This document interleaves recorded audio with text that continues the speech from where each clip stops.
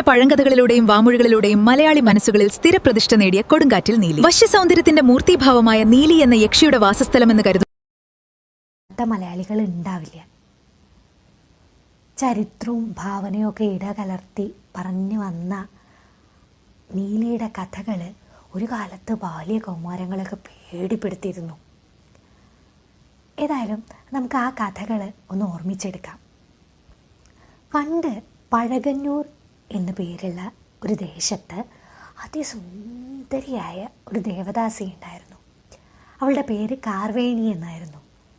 ദേവദാസി എന്ന് പറഞ്ഞാൽ ദേവൻ്റെ ദാസി എന്നാണ് അർത്ഥം. അവരിങ്ങനെ ക്ഷേത്രത്തിലൊക്കെ നൃത്തം ചെയ്യുന്നവരായിരുന്നു.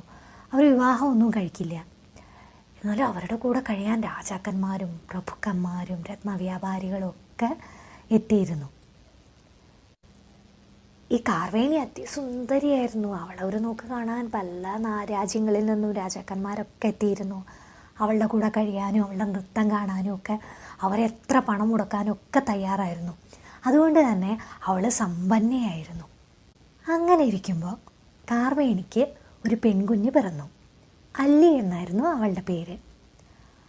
അല്ലിയും അതിസുന്ദരിയായിരുന്നു. ബാല്യവും കൗമാരവും ഒക്കെ കഴിഞ്ഞപ്പോൾ അല്ലിയെ കാണാൻ ഒരു നോക്ക് കാണാൻ എല്ലാവരും ഇങ്ങനെ കൊതിക്കുമായിരുന്നു.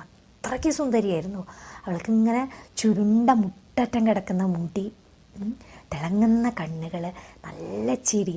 അവളിങ്ങനെ നല്ല സ്വർണ്ണമാലകളും വളകളും രത്നത്തിൻ്റെ കല്ല് പതിച്ച മൂക്കുത്തി, വൈരമാല അതൊക്കെ അണിഞ്ഞിങ്ങനെ വന്ന് നിൽക്കുമ്പോൾ എല്ലാവർക്കും ഭയങ്കര ഒരു അത്ഭുതമായിരുന്നു. അത്രയ്ക്ക് സുന്ദരിയായിരുന്നു. അല്ലി തൻ്റെ കൂട്ടുകാരിയുമൊത്ത് അടുത്തുള്ള ശിവക്ഷേത്രത്തിൽ തൊഴാൻ പോവുമായിരുന്നു. അപ്പോൾ അവിടുത്തെ ഒരു പൂജാരിയായിരുന്നു നമ്പി. നമ്പി നല്ല സുന്ദരനായിരുന്നു. പക്ഷെ ആളൊരു ദുർനടപ്പുകാരനായിരുന്നു. അത് അല്ലിക്ക് മനസ്സിലാവുന്നില്ല. ആൾ മറ്റ് സ്ത്രീകളെ തേടിപ്പോവും, ചൂത് കളിച്ച് നടക്കും, മദ്യപിക്കും, അങ്ങനെയൊക്കെയുള്ള ഒരാളായിരുന്നു. പണമൊക്കെ ദൂർത്തടിച്ച് ചിലവാക്കും. അപ്പോൾ നമ്പി അല്ലിയുമായിട്ട് പ്രണയം അഭിനയിച്ചു. നമ്പിക്ക് സത്യത്തിൽ അല്ലിയുടെ പണത്തിലൊക്കെയായിരുന്നു കണ്ണ്. എന്നാൽ അല്ലിക്ക് ഇത് മനസ്സിലാവുന്നില്ല. അല്ലി നമ്പിയെ ആത്മാർത്ഥമായി പ്രണയിച്ചു. ഈ വിവരം കാർവേണി അറിഞ്ഞ്, കാർവേണിക്കും നമ്പിയുടെ സ്വഭാവമൊന്നും മനസ്സിലാവുന്നില്ല. അങ്ങനെ കാർവേണി അല്ലിയുടെയും നമ്പിയുടെയും വിവാഹം നടത്തിക്കൊടുത്തു. വിവാഹത്തിന് ശേഷമാണ് കാർവേണിക്ക് മനസ്സിലാവുന്നത് നമ്പി ഒരു ദുഷ്ടനാണ്, ദുർനടപ്പുകാരനാണ് എന്നൊക്കെ. അപ്പോൾ അതുകൊണ്ട് തന്നെ കാർവേണി നമ്പിയെ വീട്ടിൽ നിന്നും പുറത്താക്കും. അപ്പോൾ അല്ലിക്ക് ഈ സങ്കടം സഹിക്കാൻ പറ്റുന്നില്ല. അപ്പോൾ അല്ലി തിരിച്ചറിയുന്നില്ല നമ്പി ഒരു ദുഷ്ടനാണെന്നുള്ളത്. അപ്പോൾ അല്ലി പറയും, ഞാനും അങ്ങയുടെ കൂടെ പോരുകയാണ് എന്ന് പറഞ്ഞിട്ട് അല്ലിയും നമ്പിയുടെ കൂടെ വീട് വിട്ടിറങ്ങും. അങ്ങനെ നമ്പിയും അല്ലിയും കൂടി കൈപിടിച്ച് രാത്രി ഇങ്ങനെ നടന്നു പോവുകയാണ്. അവരിങ്ങനെ കാട്ടിലൂടെയാണ് നടന്നു പോകുന്നത്. കുറേ ദൂരം നടക്കുമ്പോൾ നിറയെ കരിമ്പനകളും കള്ളിമുൾ ചെടികളും ഒക്കെ ഉള്ള ഒരു സ്ഥലത്തെത്തുമ്പോൾ അല്ലി ആകെ ക്ഷീണിച്ചിട്ടുണ്ടാവും. അല്ലിയുടെ കാലൊക്കെ തളരുന്നുണ്ടാവും നടന്ന്. അപ്പോൾ അല്ലി നമ്പിയോട് പറയും, അയ്യോ എനിക്കിനി നടക്കാൻ വയ്യാന്ന് പറയും. അപ്പോൾ നമ്പി പറയും, ഒരു കാര്യം ചെയ്യാം, നമുക്കിവിടെ കുറച്ച് നേരം വിശ്രമിച്ചിട്ട് പോകാമെന്ന് പറയും.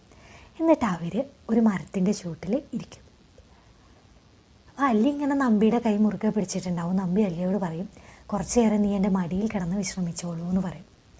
അങ്ങനെ അല്ലി നമ്പിയുടെ മടിയിൽ കിടന്ന് നമ്പിയുടെ കൈ മുറുകെ പിടിച്ചിട്ട് തളർന്ന് കിടന്നുറങ്ങും. അപ്പോൾ ഈ നമ്പി എന്താ ചെയ്യുക അറിയോ?